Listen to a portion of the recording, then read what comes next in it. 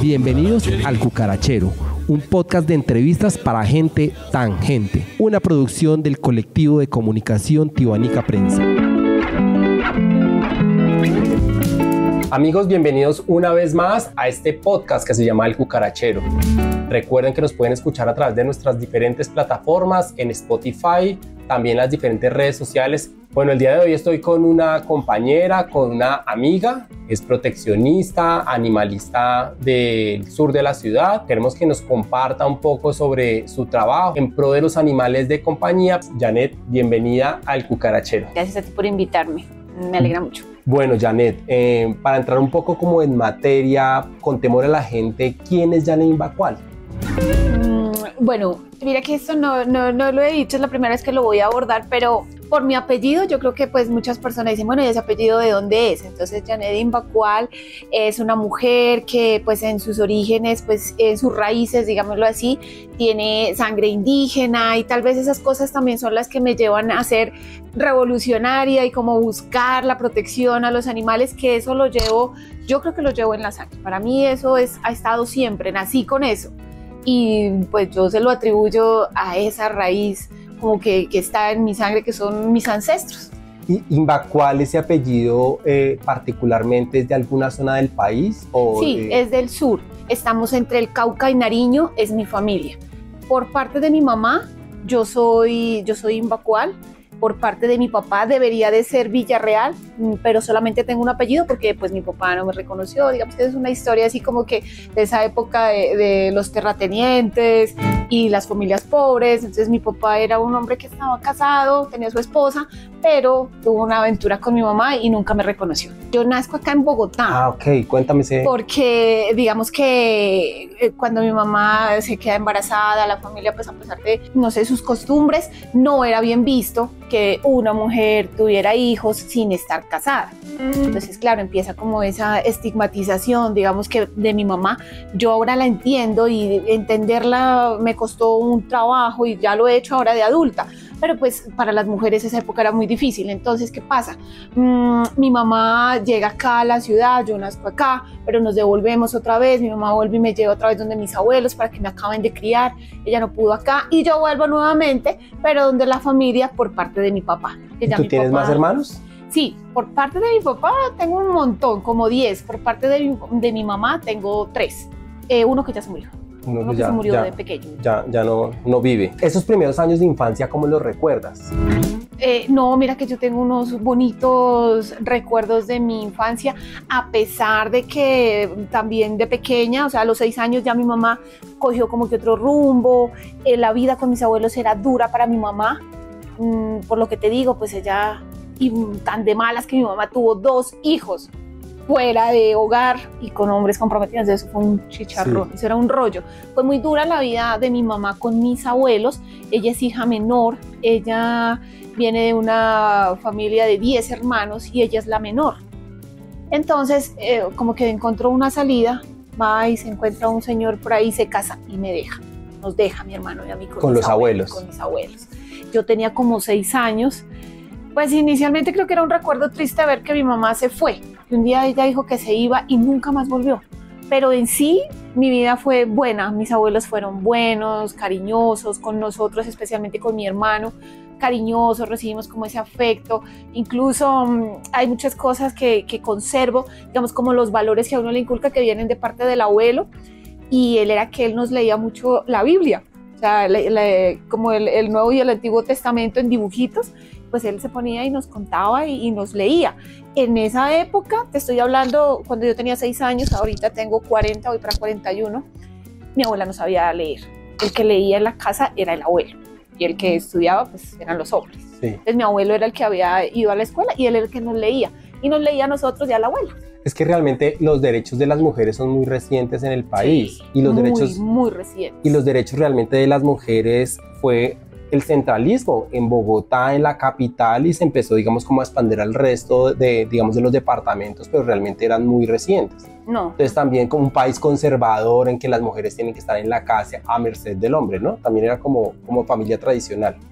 Completamente de acuerdo, por eso te digo, es que he logrado entender a mi mamá y su vida ahora, porque los recuerdos me hacen entender que fue una mujer que sufrió mucha violencia de parte de mis abuelos por ese hecho de que pues desafortunadamente ella tuvo unas malas decisiones. Cuando ella como que decide irse de la casa a raíz de esa situación, y por eso fue que resultó en Bogotá No, ella se casa, se va con un esposo, y como te digo, mi familia toda está en el sur del departamento. Por cosas de la vida también, la vida de mis tías fue muy dura, y mi tía la mayor, ella desde muy joven emigró para el Ecuador, allá trabajaba como en servicio doméstico con una familia alemana. Le fue muy bien en la vida, la verdad, con esas personas. Ella los adoptó como su familia, fue recibida en esa familia, y ella lo que empieza a hacer es a llevarse a todas sus hermanas, especialmente a todas sus hermanas. Son 5 mujeres, 5 hombres, y las mujeres las que primero se van para allá, y entre esas mi mamá también, y ahora ellas, toda mi familia por parte de mi mamá viven en el Ecuador. ¿Habían animales en la casa en ese momento? ¿Recuerdas animales de compañía claro que tenías? Sí, siempre hemos tenido animales, porque lo que te digo es una familia campesina. Entonces siempre habían animales, y incluso ya habían siempre creo que estaba el maltrato, ¿no? Y sí, era muy duro.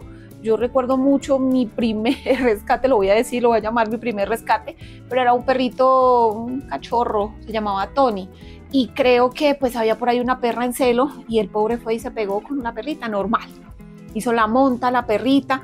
El desconocimiento y la ignorancia en ese momento, los vecinos, la gente de la vereda, lo lastiman, lo separan, y queda con su aparato reproductor inflamado, horrible. El perro duró días por ahí, horrible, nadie le paraba bola, o sea, ese sufrimiento, y el pobre ya ni se paraba, y yo lloré por el perro, por Tony, mi Tony, y el abuelo me ayudó a curarlo.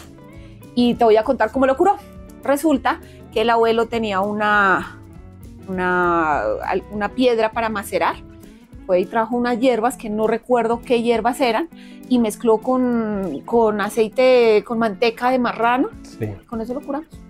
Y yo era la encargada de echarle con una plumita a Tony como esa crema que el abuelo hizo. Y todos los días yo le echaba esa cremita, y con eso se curó. O sea, yo siempre lo tengo en mis recuerdos, y es una anécdota, porque pues para mí como que ese tema de la medicina ancestral funciona, pero desafortunadamente para mí, no sé, siempre lo he dicho, pues yo perdí el vínculo con ellos, me fui, o ya me separaron por diversas razones, y todo eso se perdió. Pero a mí como me hubiera gustado cuando la abuela hilaba, porque la abuela hilaba, ellos cogían la lana de las ovejas como tal, la cogían, y ellas todo el proceso, todo, y la hilaba, y tenían para tejer. Eso lo hacía mi abuela y el abuelo en el campo, y todo eso. Esos saberes campesinos, sí, que uno a veces desconoce desde la ciudad, ¿no? Tú dices que viviste, digamos, como hasta los 6 años estuviste con tu mamá, que estuviste aquí en Bogotá, a los 6 fue y te dejó allá en la casa. ¿Hasta qué edad estuviste en el sur del país? Como hasta, no sé, tercero de primaria, diría yo. No, mentiras. Terminé la primaria allá, y ya entonces llega una época en que la abuela dice, no, es que son mujeres y acá es muy difícil, y que yo no quiero. Pero también tenía conciencia tu abuela La abuela tenía miedo, pero pues yo no lo entendía, pero la abuela decía, no, es que es mujer, yo no puedo quedarme con ella. Y tampoco eran unas palabras bonitas que dijeran, no, es que la niña va a sufrir. No, era algo fuerte, ¿no? Las mujeres son como un problema, no la voy a cuidar, por sí.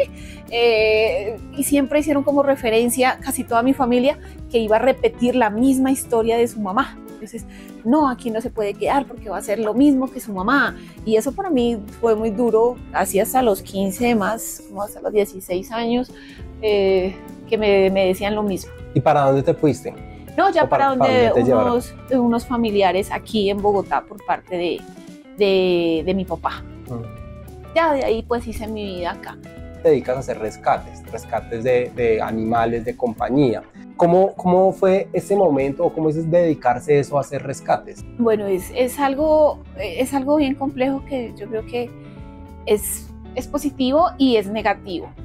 Para mí, no sé si esté equivocada, de pronto lo digo por la experiencia que he tenido, pero regularmente las personas que terminan involucradas con el tema de los animales vienen con muchos vacíos emocionales, es como a descargar todo eso. Debe haber un proceso para que realmente eso se fortalezca y pues sea propositivo para el tema de los animales, ¿no? Entonces digamos que yo inicio esto muy joven, yo tenía como 20 años cuando inicié de lleno. Sí, yo tenía como 20 años. O sea, igual llevas muy poco también en Bogotá. Ah, sí, claro, estaba súper joven y sí, llevaba poco, digamos que fue como la etapa de la adolescencia, también tengo mi bebé muy joven, terminé de estudiar, creo que terminé con los 19 años, entonces los 20, así me involucré como de lleno. ¿Cómo llegaste a ese proceso aquí en Bogotá del rescate? ¿Qué pasó?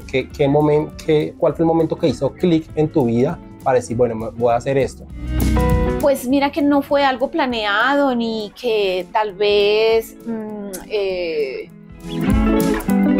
no sé, un día cualquiera sencillamente había un perrito en muy, muy mal estado alrededor, a la vuelta de donde yo estaba viviendo en ese momento. En ese momento tenía una pareja, teníamos como medianamente una estabilidad, pues yo trabajaba y a la vuelta de la casa alguien dijo que había un perrito muy, muy mal.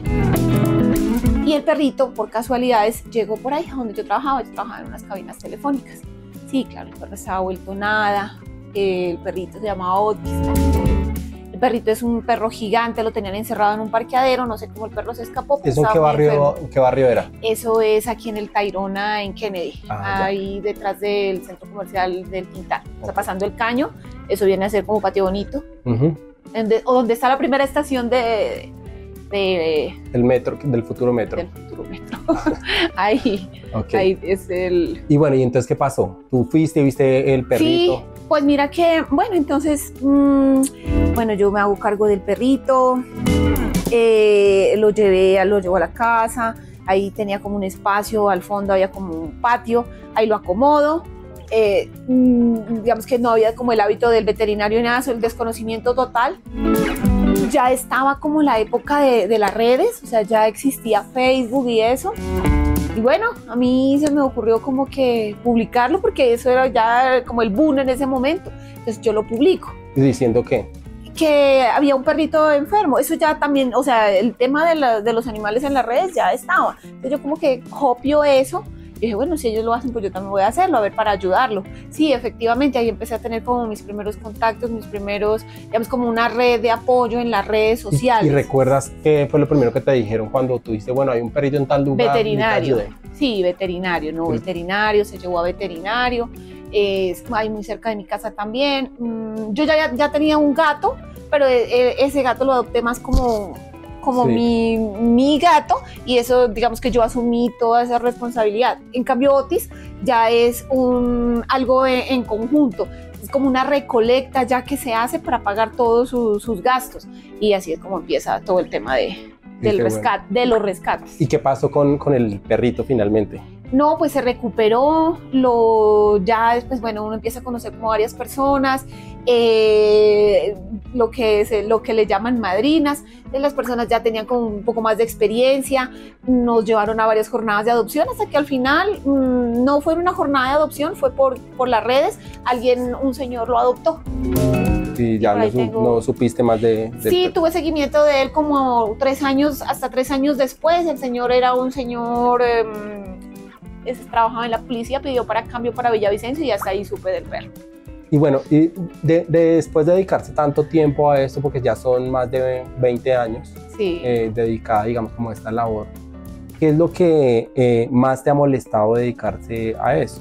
No sé, no sé si digan molestarme, sino que me preocupa, porque como te digo, como la historia que te estoy comentando con las redes sociales es positivo en algunos momentos, también llega un punto en el que yo digo, no, este no es el rumbo, porque siento que fue un tiempo en el que el norte de lo que debería de ser protección y bienestar animal se desvió completamente, y me preocupa. Entonces en ese momento es como la revictimización de los animales, ese utilitarismo, llamémoslo así, que se le da a los animales y al tema de protección y bienestar animal en todos los campos. Entonces, así como hay muchas personas trabajando fuertemente por el tema de la protección y el bienestar animal de la manera más honesta y transparente, pues así también está inundado de una cantidad de personas que instrumentalizan a los animales. Entonces, no me molesta, pero me preocupa, porque ahí creo que perdemos tiempo.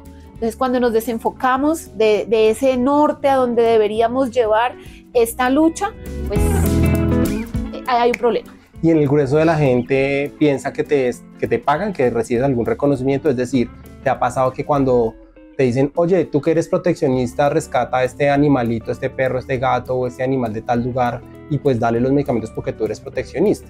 Sí, tal vez, no sé si en ese imaginario la comunidad cree que nosotros estamos llenos de dinero, o tal vez ya es como ese acomodo. Entonces a la gente le queda muy fácil cuando ven un perrito en estado de maltrato, abandono, con alguna herida,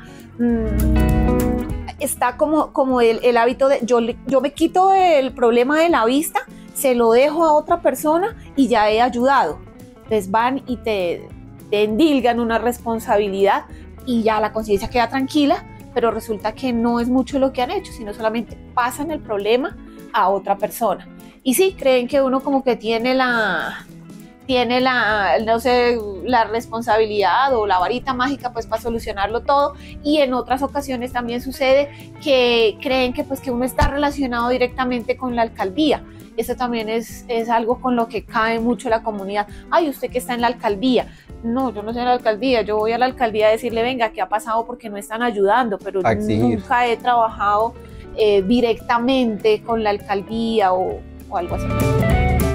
¿Tú has visto, digamos, como que si hay una relación con eso, que la gente es como un poco más sensible al tema de los animales y a veces el desconocimiento o no importa tanto los derechos humanos?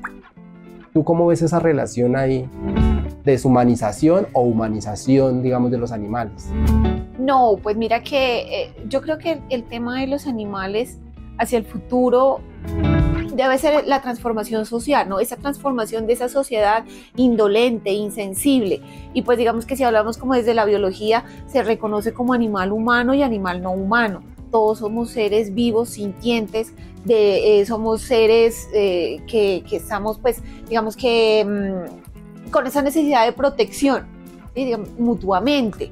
Entonces, para mí, los animales van a ser un rescate para la sociedad del futuro, porque tenemos que sensibilizarnos, tenemos que dejar de naturalizar ese maltrato, ya sea al animal o al ser vulnerable, al humano vulnerable. Entonces, por eso animal humano, animal no humano. Vulnerables todos. Y pues no hay que abusar ni aprovechar de esa vulnerabilidad. Para mí esa sensibilización es lo que transforma una sociedad, y los animales juegan un papel muy importante, porque lo que tú dices en ese momento, o sea, ya hay una movilización para defender a los animales, porque ya se ha entendido que son seres vulnerables. Entonces eso te transforma, eso te cambia a ti como humano, te hace más humano. Entonces sí es importante, y hay mucha relación de los derechos de los animales, los derechos de los humanos. Sí, bueno, ya pasando a otro tema, ya la relación del Estado. Yo he evidenciado, por ejemplo, antes como pues en la ley, los animales de compañía, los perros y los gatos son tomados como cosas, como objetos. Entonces si se te pierde o se te meten con un animal, la ley lo constituye como que es una cosa y no es un tema de una vida, sino como un objeto, porque pues los animales según la ley está concebido así. Entonces igual los caballos, igual las vacas, es un objeto de bien y no como un ser sintiente.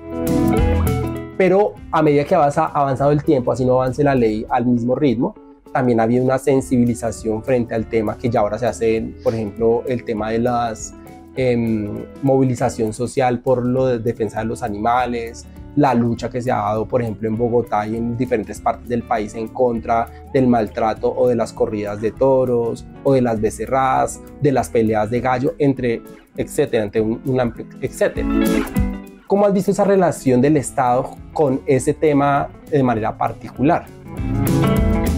Bueno, creo que acá en Colombia realmente ha tenido unos avances y unos progresos significativos, porque lo que tú dices que el tema de los animales son catalogados como cosas o movientes, como lo dice la Ley de Protección Animales de 1989, el 1889,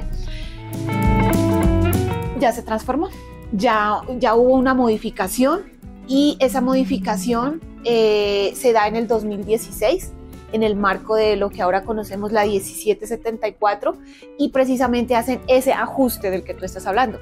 Ya no son cosas, los animales no son reconocidos como movientes, son seres vivos. Y eso, digamos que ese pequeño parágrafo que le modifican a la ley, ya les da un estatus.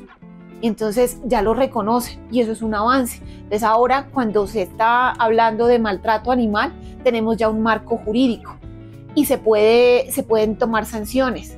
Aunque son todavía muy blandas las sanciones, pero existe ya una posibilidad de tomar las medidas correctivas de acuerdo a la ley, porque ya existe una ley que protege a los animales. Entonces, para mí sí han habido unos avances, especialmente por la Ley de Protección y Bienestar Animal 1774 del 2016. En Bogotá especialmente también está la política pública. O sea, son varias cosas que son sucesos que van corto tiempo, la verdad. Bogotá tiene unos avances bien significativos en cuanto a ese tema. Bueno, digamos esa relación del Estado también es porque hay herramientas, como tú lo mencionas, y esas herramientas son las que han fortalecido, digamos, que exista el Instituto de Protección Animal en Bogotá, que exista ya, por ejemplo, ya se hable a nivel Colombia, digamos, de la protección animal y ya se piensa en lugares a la hora de hacer, por ejemplo, una corrida de toros. Entonces ya los alcaldes ya lo piensan dos veces. Pueda que les guste, pueda que la quieran hacer, pero ya lo piensan dos veces porque ya hay como sensibilización. En cada municipio del país por lo menos hay una persona proteccionista de animales. En cada municipio, podríamos decirlo así. Mira que sí, esto es muy valioso, lo que tú acabas de decir es muy valioso. Esto también pues ha sido una lucha de la comunidad, de la ciudadanía, que son dolientes de una causa, y todo lo que se ha visto es el resultado de esa constancia. Entonces sí es verdad, acá ya la institucionalidad está cada vez más comprometida con el tema de los animales, ¿no? Entonces para el tema, por ejemplo, de las corridas está la sentencia 666, que es del 2009, entonces ya también da herramientas. De pronto no va a prohibir, pero sí les va a decir, oiga, señores, ustedes no pueden hacer lo que quieren con los animales. Los animales también se reconocen, son seres vivos, son seres sintientes, y esa sentencia que los reconoce y los va a proteger en la medida que puede hacerlo la sentencia. Con el caso de Bogotá, digamos que para mí el logro más importante es la política pública de protección y bienestar animal. Me atrevería a decir que es la primera en Colombia. Me atrevería a decir que es esta política que se da en el 2012. Bogotá Humana era la administración de Gustavo Petro. Realmente en esa administración de la Bogotá Humana es que se viene como a hablar de los derechos de los animales. De manera más fuerte. Sí, de manera más fuerte, y que tiene una cabida en el plan de desarrollo. El plan de desarrollo de la Bogotá Humana le da una cabida pues muy pequeña todavía, pero es quien le abre la puerta a la institucionalidad de los animales acá en el distrito. Y pues ahora ya vemos muchos avances, pero el Instituto de Protección y Bienestar Animal nace de un compromiso que queda de la Bogotá Humana. O sea, la Bogotá Humana lo que quería era una especie de La Perla en Medellín. Bueno, puedo estar cayendo en un error porque Medellín tiene unos avances también muy significativos, y La Perla de Medellín, ¿Qué es La Perla? La Perla es un lugar, como decir, un hospital público veterinario. que también tiene muchos servicios para los animales. Muchos me refiero que pues está el tema de control poblacional, hay atención con vacunas, se atiende como urgencias, hospitalizaciones. Adicional a eso también está el tema de como de la denuncia. Es algo relacionado como un instituto de protección y bienestar animal, pero en Medellín fue primero que Bogotá. Se llama La Perla, un hospital público, digámoslo así. Petro también se dio la pelea por cambiar el tema de los carreteros que tenían caballos y que se dieron en adopción. Yo quiero preguntarte de manera particular un rescate, o que nos cuentes una historia de un rescate que te haya marcado mucho, que tú digas, ese rescate fue el que me marcó a mí de manera particular y no me arrepiento nunca haberme metido en esto solamente por haber llegado, así sea solamente ese rescate. Todos, la verdad. Yo todos los días le doy gracias al universo por permitirme hacer parte de la vida de ellos, de los que tengo en esta casa, en mi casa en este momento. ¿Cuántos tienes? En este momento tengo 9 perros y 11 gatos.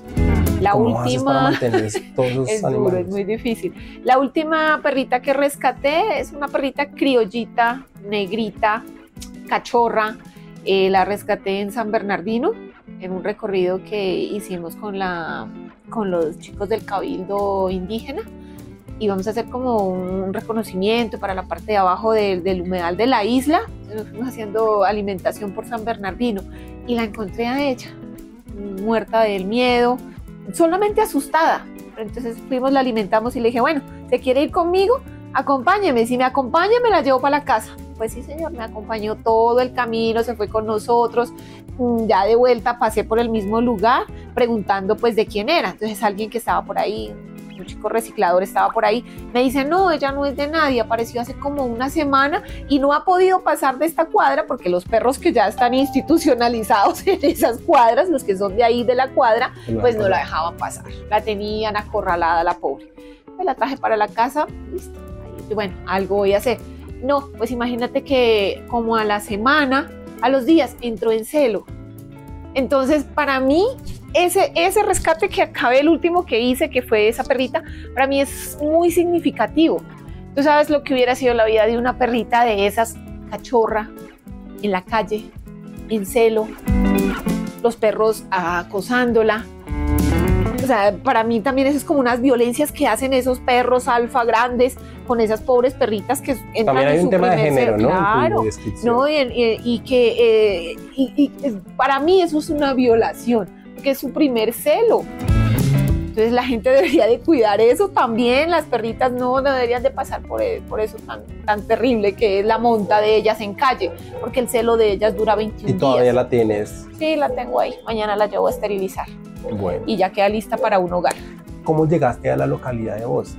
O sea, porque tú contaste, llegué a Bogotá, tenía 15 años, pasamos a los 20 años, hiciste rescate y saltamos como esa parte de los 20 a que estás. ¿Cuánto llevas en Bosa? ¿Viviendo en Bosa llevas? En Bosa llevo aproximadamente que llegué en el 2012 a Bosa. 12 años llevo acá en Bosa, 12, 10 años, no, 10 años.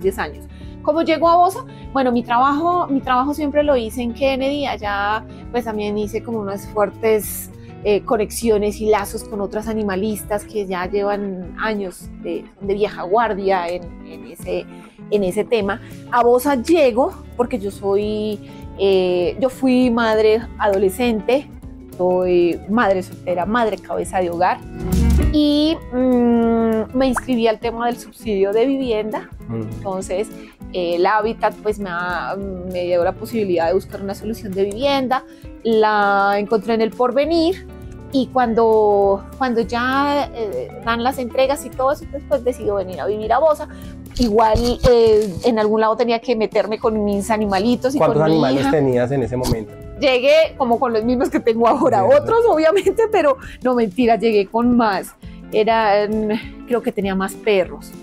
Tenía como unos 12 perros. ¿Y los vecinos qué dijeron cuando vieron que llegaste con todos esos animales? No, yo fui la primera, porque imagínate, como yo vivía en arriendo y con todos esos animales, no, hijo madre, yo sufrí mucho con ese tema, con el tema de los animales y siendo inquilina.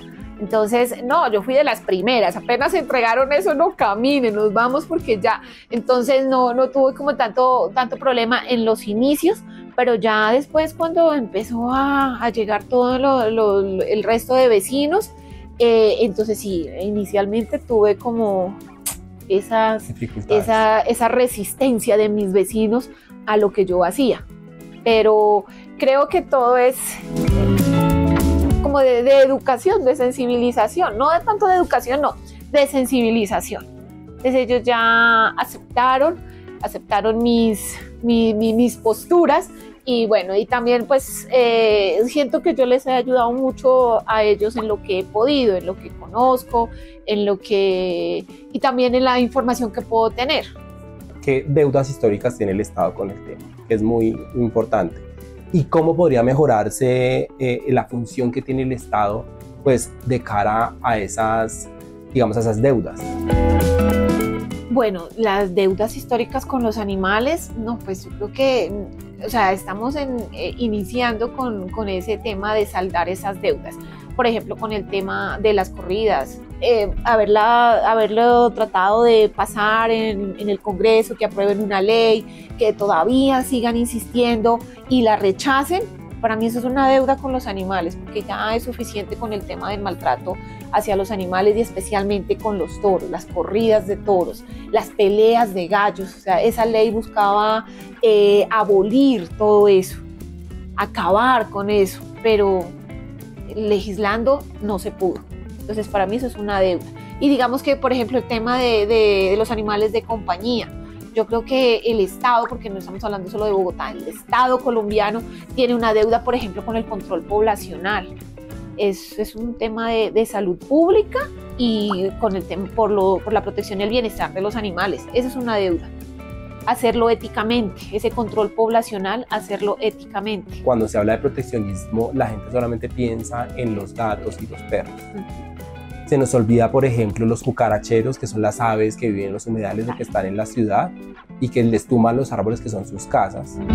Se nos olvida, por ejemplo, los caballos, se nos olvidan las vacas, se nos olvidan los pollos, esa gran industria que lo que hace es fabricar pollos de manera masiva para alimentar a 8 millones de habitantes que tiene esta ciudad, casi 9, o inclusive 50 millones de habitantes que tiene Colombia, ¿no? Pero la manera ética de hacerlo, ¿cuál es? ¿No? Porque ya hay un sufrimiento ahí, o por ejemplo las plumas de ganso, bueno, una serie de cosas que vienen ahí, o los sacos que vienen con piel de conejo, que es una cosa de sacrificar animales de manera masiva.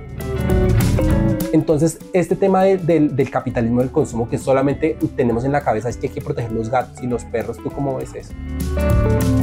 ¿Sabes qué pasa con el tema que tú dices? Es que hay que abanderar voces, y sí, es verdad, es mucho más fuerte y sentido el tema de la protección y el bienestar de los animales, pero puntualmente perros y gatos. Entonces creo que es una deuda con nosotros como sociedad de tal vez relegar al resto de los animales, por eso es lo que te decía inicialmente. Para mí este vuelco que va a dar como sociedad tiene que ir enfocado en eso.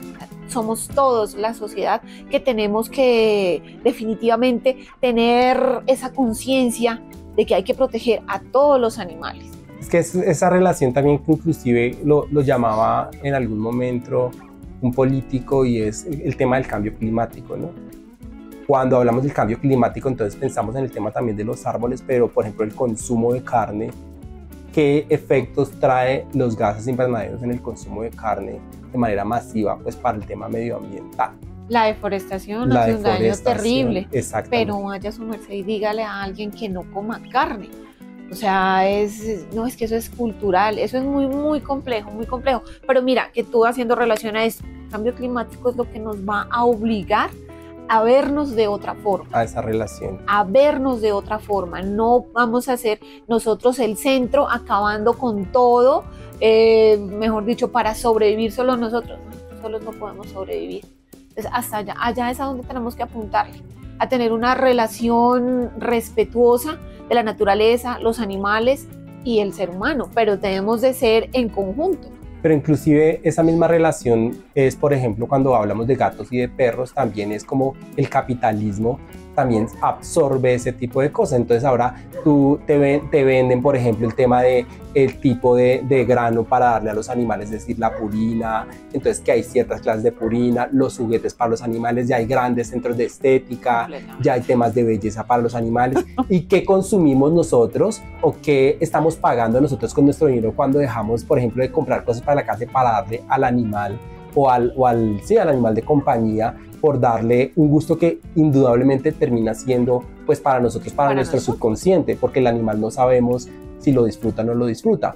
O por ejemplo, cuando ya hay en las casas o las nuevas generaciones de jóvenes ya no piensan en tener hijos, sino vamos a tener un perro o un gato para darle lo que no le podemos dar al hijo. ¿Qué piensas de eso? De hecho ya se da, ¿no? Hay otros países donde ya es la familia multiespecie. Entonces aquí digamos que la institucionalidad también reconoce la familia multiespecie. Se debe hablar de la familia multiespecie para que pues también se entienda los perros y los gatos que entran ahí en la familia.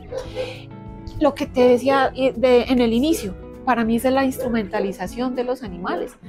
O sea, yo creo que de pandemia para acá noto que, hijo de madre, se disparó un mercado de servicios para los animales. O sea, que en realidad, lo que tú dices, en realidad no sabemos si es beneficioso para nuestros animales o sencillamente el mercado los utiliza para un acaparamiento de capital.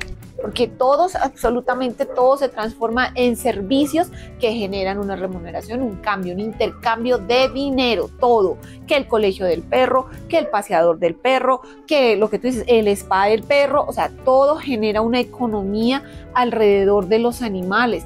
Pero ahí debería de revisarse, es también una corresponsabilidad social, ¿no? Porque todo ese mercado que de un momento a otro se despertó y está creciendo a pasos gigantes, ¿qué responsabilidad social también tiene? Porque debe haber una corresponsabilidad, y si no, solamente nos vamos a volver, como tú decías, las fábricas. Entonces, reproduzca perros y gatos para la venta, y como Estado, ¿qué están haciendo? Porque entonces nosotros por este lado luchando que para que se controle de una forma ética, y por el otro lado nos están disparando camadas y camadas que de una u otra manera van a terminar en abandono, que no es fácil cuidar a un animal de compañía. Y ahí también tiene que ver el tema con la manipulación genética, ¿no? Entonces, cómo se manipulan, por ejemplo, los genes para traer animales un poquito más tiernos, más pequeñitos, de ciertas características. Y casi no se muevan, porque es que digamos que las razas en su naturaleza pues traen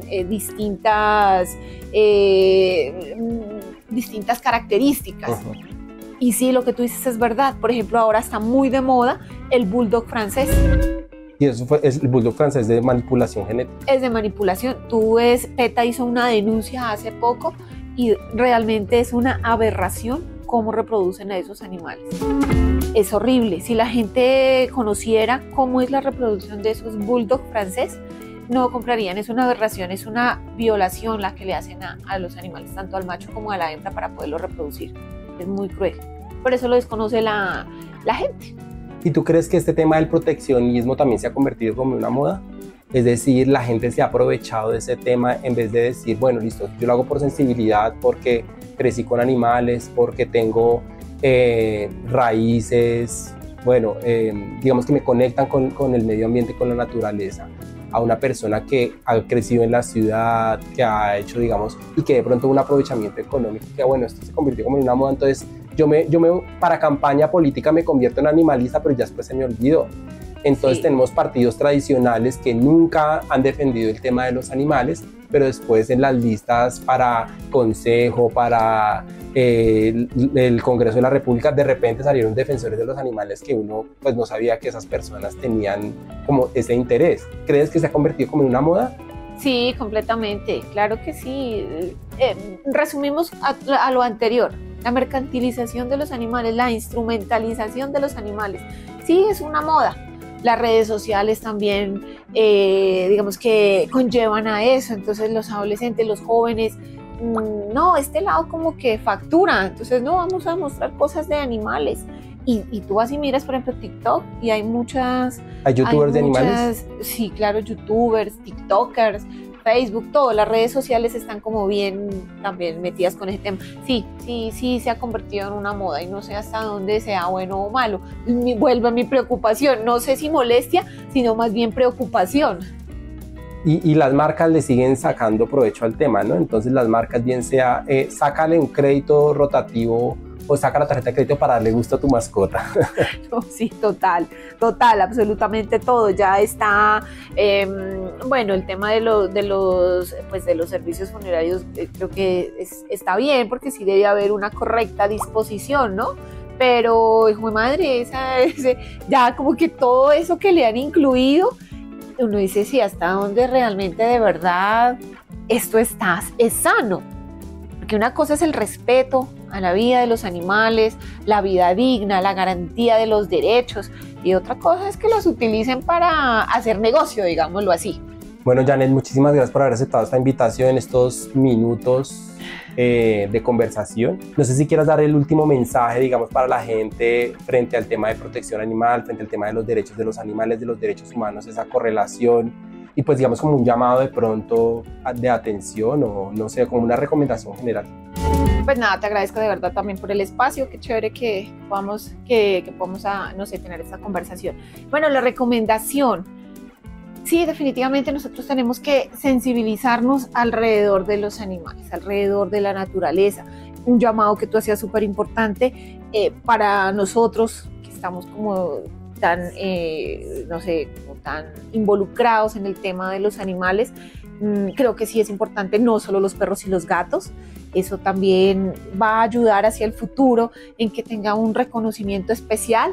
El tema de la institucionalidad, creo que es súper importante que también la ciudadanía se movilice en torno a eso, que se le exija al Estado, que nos sigamos asumiendo como que esa carga, ¿no? Tanto emocional como económica. Entonces la invitación es esa, también debemos de movernos por otros lados y la institucionalidad es algo que no lo podemos descuidar y pues que finalmente el Estado tiene también una obligación y como tú decías, una deuda histórica con los animales.